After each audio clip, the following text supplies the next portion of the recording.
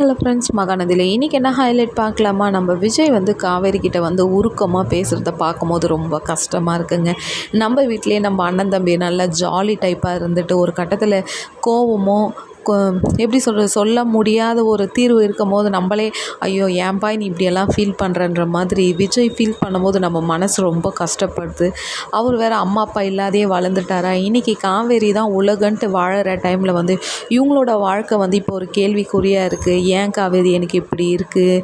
இன்றைக்கி நான் ஒரு அப்பாவாக ஆகிட்டு என்னால் அதை சந்தோஷமாக யாருக்கிட்டேயும் சொல்லாத ஒரு சூழ்நிலையில் நான் இவ்வளோ லோவாக ஃபீல் பண்ணுறேன். நான் இதை என்ன பண்ணி நான் சரி பண்ண போகிறேனே எனக்கு தெரியலையே காவேரின்னும் போது அப்போ காவேரி வந்து ரொம்ப சப்போர்ட்டாக சொல்லு, ஏன் விஜய் நான் இருக்கும்போது நீங்கள் ஏன் இவ்வளோ கவலைப்படுற?